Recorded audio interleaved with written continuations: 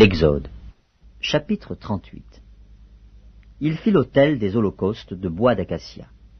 Sa longueur était de 5 coudées et sa largeur de 5 coudées. Il était carré et sa hauteur était de 3 coudées. Il fit aux 4 coins des cornes qui sortaient de l'autel et il les couvrit d'airain. Il fit tous les ustensiles de l'autel, les cendriers, les pelles, les bassins, les fourchettes et les brasiers. Il fit d'airain tous ses ustensiles. Il fit pour l'autel une grille d'airain, en forme de treillis, qu'il plaça au-dessous du rebord de l'autel, à partir du bas, jusqu'à la moitié de la hauteur de l'autel. Il fondit 4 anneaux, qu'il mit aux 4 coins de la grille d'airain, pour recevoir les barres. Il fit les barres de bois d'acacia, et les couvrit d'airain. Il passa dans les anneaux, aux côtés de l'autel, les barres qui servaient à le porter. Il le fit creux, avec des planches. Il fit la cuve d'airain, avec sa base d'airain, en employant les miroirs des femmes qui s'assemblaient à l'entrée de la tente d'assignation.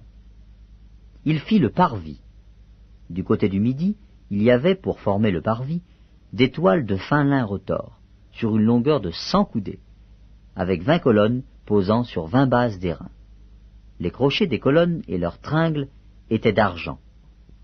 Du côté du nord, il y avait 100 coudées de toile, avec 20 colonnes et leurs 20 bases d'airain. Les crochets des colonnes et leurs tringles étaient d'argent. Du côté de l'Occident, il y avait 50 coudées de toile, avec 10 colonnes et leurs 10 bases. Les crochets des colonnes et leurs tringles étaient d'argent.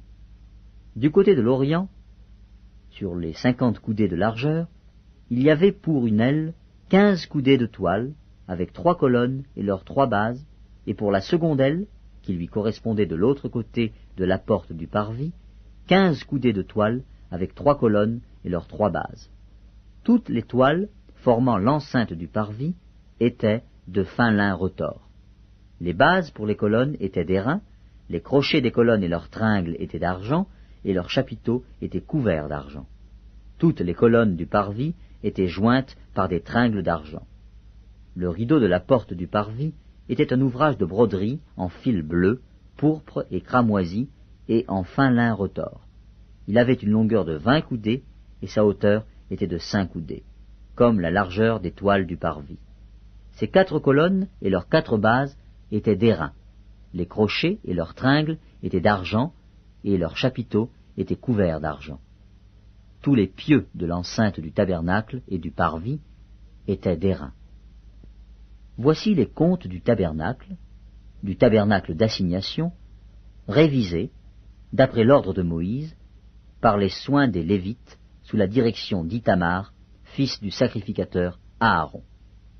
Betsaléel, fils d'Uri, fils de Hur, de la tribu de Juda, fit tout ce que l'Éternel avait ordonné à Moïse. Il eut pour aide Oholiab, fils d'Ahisamach, de la tribu de Dan, habile à graver, à inventer et à broder sur les étoffes teintes en bleu, en pourpre, en cramoisi et sur le fin lin. Le total de l'or employé à l'œuvre pour tous les travaux du sanctuaire, or qui fut le produit des offrandes, montait à 29 talents et 730 cycles, selon le cycle du sanctuaire. L'argent de ceux de l'assemblée, dont on fit le dénombrement, montait à 100 talents et 1775 cycles, selon le cycle du sanctuaire.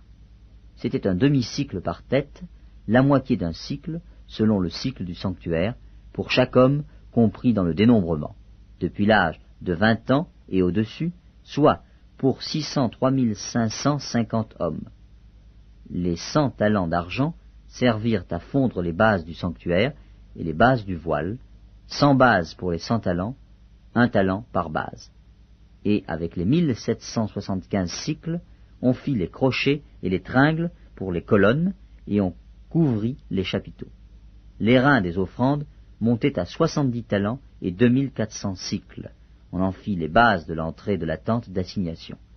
L'autel d'airain avec sa grille et tous les ustensiles de l'autel, les bases du parvis tout autour et les bases de la porte du parvis, et tous les pieux de l'enceinte du tabernacle et du parvis.